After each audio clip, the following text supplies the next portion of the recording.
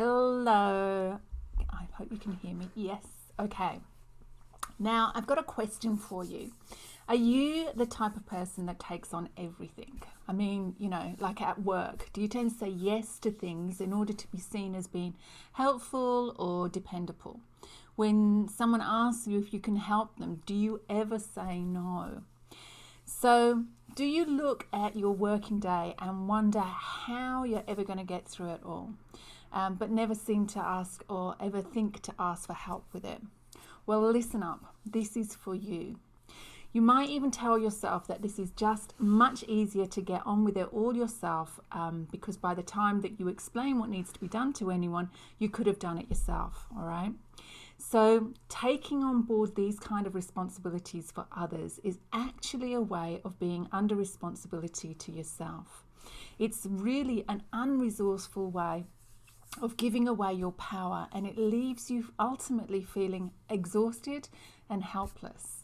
So let me explain how this pattern of behavior might be showing up in your relationships. If you find that you're also doing a lot of things for somebody else, a lot of things for others, because if this pattern is showing up for you in one area, it's going to be showing up in a few different areas too. So if you're giving to somebody, especially in the beginning of a relationship, when you're in the romantic stage or the honeymoon stage, you might be doing things for others with real joy in your heart. But the question becomes, where do you draw the line? When does it become too much? And how do you say no without feeling guilty? And like I said, I'm not just talking about the romantic little things that happen in the early stages of relationship. I'm talking about all the times that you say yes to things without really meaning it.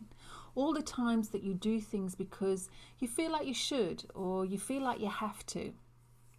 It's going to build up resentment inside you, whether you're aware of it or not, because you're actually going against a core value of doing things for yourself, right? So this pattern of behavior is commonly, is commonly linked to, people pleasers or people in codependent relationships, and in the extreme cases like victims of narcissistic relationships where they're being put on and feel like they've actually got no voice and no ability to be responsible for themselves. So imagine, and this may have even happened to you, that you're years into a relationship where you seem to have been doing all the cooking, all the cleaning, or all the looking after all the kids, and you've got little or no time for yourself. And I'm not just talking about women here. Men can get into this pattern of cooking and cleaning. We're not talking about stereotypical roles here. It's just this idea that you're giving away too much. So if you're juggling with work commitments and any kind of group activities and committees that you're now part of, and you don't seem to ever see your partner or go for any kind of romantic dates anymore, and the tension between the two of you is becoming more palpable.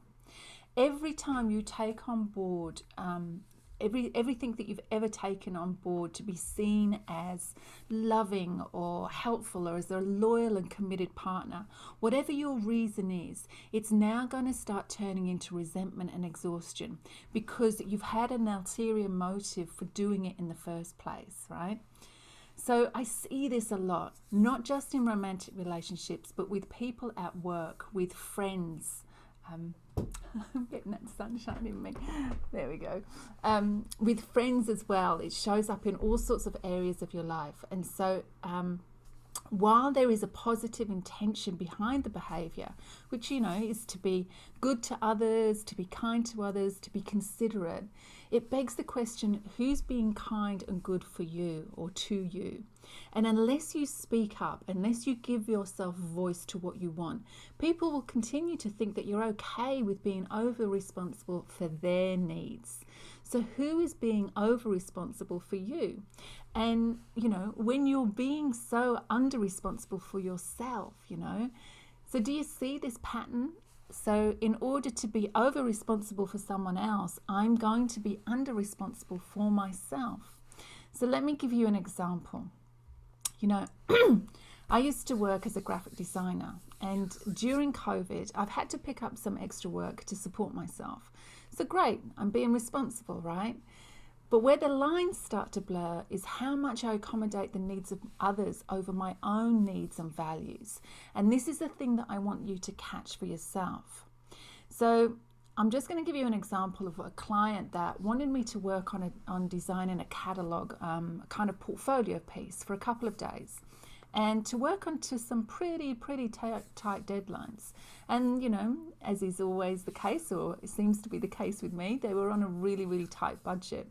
So I was required to work a few more hours and wear a few more hats than just the normal designer. They needed a copywriter, an art director, you know, you name it, they needed it. So I immediately went into this over responsibility mode in order to oblige everything they asked of me, just to be able to get the work done. But what I should have done is checked in with myself and asked, when did it become my responsibility to do all of these tasks? I wasn't getting paid anymore, and it was going to mean, you know, really crunching a lot of hours to meet the deadline. But, you know, this over responsibility was quite strong, and I wanted to be seen as someone who could be relied upon. I wanted to be seen as someone who could get the work done and to leave the client feeling happy. All of which was out of my responsibility, wasn't my responsibility or out of my control. How could I know what would make the client happy or not? So I worked myself into the ground with that particular job, and I only got a couple of hours sleep in order to meet the deadline. And in the end, they never recognized what I had done or even paid me for the additional hours that I had gotten them over the line. So that's where I got resentful.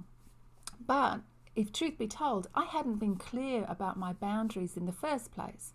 After all, I'd agreed to do the work, right? So I wanted the work and I wanted for them to be happy with me. But the real cost was in giving away all of my power and being under-responsible to me. So do you see? I was angry with myself for my own lack of responsibility to me. It was like this double whammy. Not only was I completely exhausted, I'd given away all my power, I was now angry because I hadn't been recognized for that, but I hadn't asked for that. And so the only person I could be really, upset with was myself. And it was a great lesson for me. So, you know, we come full circle now, and as luck would have it or not, they contacted me again last week. And this time I decided to set some really clear boundaries up front about timings, payment, what I will do and what I won't do, and basically what they can expect from me. And you know what?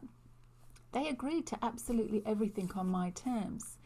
So by taking responsibility for me with boundaries that I can own and I can work within, I'm much happier, I'm calmer, and I'm really empowered by it.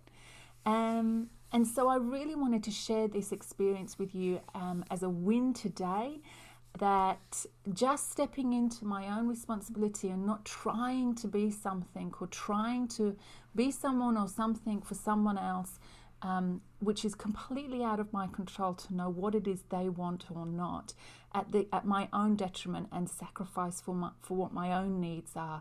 When you shift it around, it changes everything. And being able to take responsibility for myself has been a massive learning curve for me. So let me know if this has been helpful for you, and if you want to know how to shift this pattern for yourself, send me a message. I'd love to chat with you. Okay, that's a win for today. I will speak to you soon.